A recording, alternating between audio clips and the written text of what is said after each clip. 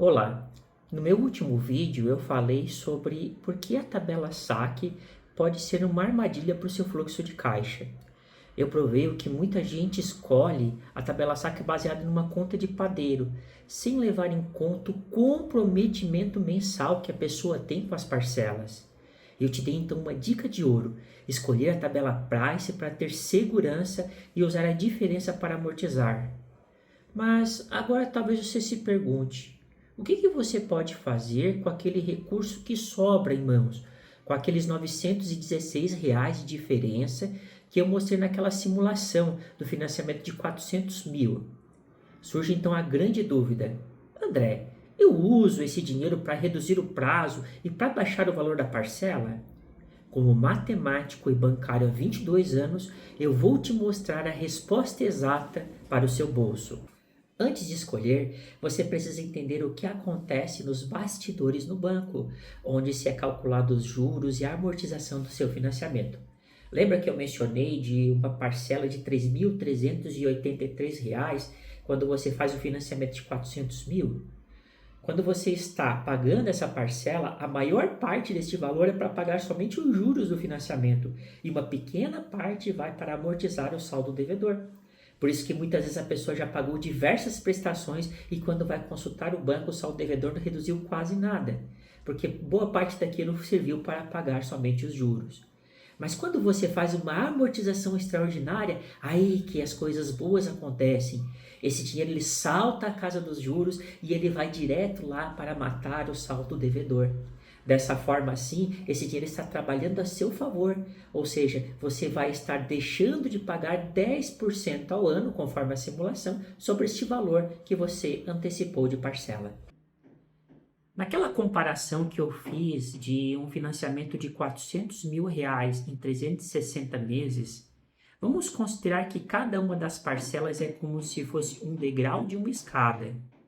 E cada degrau que você está passando, você está pagando um valor de juros. Mas quando você usa aqueles R$ 916 que sobram de parcela por você ter escolhido a tabela Price ao invés da tabela saque, e você usa aquele valor para poder amortizar a dívida mais rápido, é como se você estivesse pulando 3 ou 4 degraus. Então, obviamente, você vai chegar mais rápido no seu destino, que é aquela escalada do imóvel quitado. Agora faça então as contas comigo. Se você utiliza o valor de uma parcela para pagar 3 parcelas antecipado, por então assim dobrar o valor que você está pagando mensalmente, é como se você estivesse percorrendo 3 degraus a mais em cada passo que você dá. Então, a cada uma daquelas 3 parcelas que você paga antecipado, você está reduzindo o prazo final do seu financiamento. É assim que você chega ao final do seu financiamento utilizando a tabela Price. Vamos falar agora do prazo. Essa é a escolha favorita de quem quer pagar o mínimo de juros possível. Por quê? Porque os juros são calculados sobre o tempo.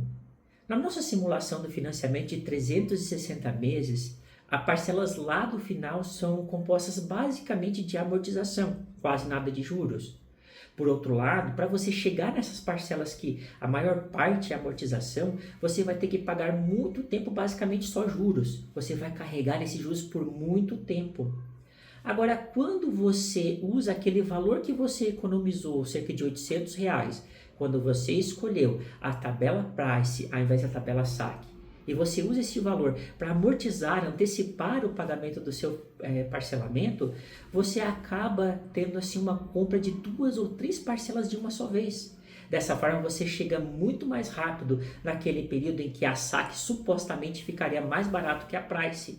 E você assim acaba ganhando muito por ter escolhido a tabela Price. Agora, talvez você possa se perguntar: mas André, você não havia mencionado que aquele valor que resta eu poderia usar então para pagar antecipadamente o financiamento, mas reduzir o valor da parcela? Por que algumas pessoas escolheriam então isso ao invés de reduzir o prazo do financiamento? Você lembra do que eu mencionei? A gente precisa também lembrar que podem acontecer imprevistos na nossa vida. A nossa vida é cheia de altos e baixos. Então pense também na sua liberdade financeira mensal. Talvez você precise de algum dinheiro para você pagar algum custo inesperado, para pagar alguma situação de emergência. E quando você tem uma parcela menor e você formou um caixa como um valor para pagamentos de emergência, você pode então estar preparado para essas situações. Isso evita que você precise de empréstimos para pagar alguma eventual emergência que surja no seu dia a dia. Mas agora, quando você percebe que este valor guardado para reserva de emergência já atingiu um saldo razoável, então pegue esse dinheiro e amortize o seu financiamento ainda mais. Faça isso cada vez mais e dessa forma você não vai pagar muitos juros no seu financiamento. Então, qual é o segredo? Se você já tem uma reserva de emergência bem sólida, se seu emprego é estável e você consegue controlar corretamente o seu orçamento, percebe que os seus gastos não ultrapassam aquilo que você ganha, está tudo ok, então procure amortizar o prazo do seu financiamento. Por outro lado, se você percebe que você não tem uma reserva de emergência tão sólida e você percebe que você passa por diversos altos e baixos e está sendo difícil de você controlar seus gastos, se você for amortizar, amortize pela parcela ou reduza o valor da parcela. Dessa forma, assim, você vai ter uma folga financeira mensal cada vez maior, vai conseguir acumular cada vez mais recursos, estará preparado para situações de emergência e você vai ter o poder de escolha entre usar aquele recurso para pagar alguma situação de emergência que surgiu ou até mesmo amortizar ainda mais o seu financiamento. Por outro lado, como eu já havia falado, você tem a opção de, naquelas parcelas que você está antecipando, você pedir para, ao invés de reduzir o prazo, reduzir o valor da parcela. Muitas vezes nós já conhecemos pessoas que tiveram o seu imóvel tomado de volta, tiveram uma grande inadimplência com o banco, porque elas simplesmente tiveram uma quebra de caixa, algo inesperado, e elas não conseguiram mais suportar o valor da parcela mensal. Por outro lado, se quando foi feita a amortização antecipada das parcelas, quando você tem alguma sobra e você reduzir o valor da parcela, você vai ter um comprometimento mensal menor e dessa forma assim você não vai ficar à mercê de uma possível inadimplência. Uma dica técnica que eu posso te passar é de que você pode alternar entre reduzir o prazo e reduzir o valor da parcela. Você pode então começar por reduzir o valor da parcela nas amortizações antecipadas, até que a parcela fique num valor confortável para você, e depois disso você começa a reduzir o prazo.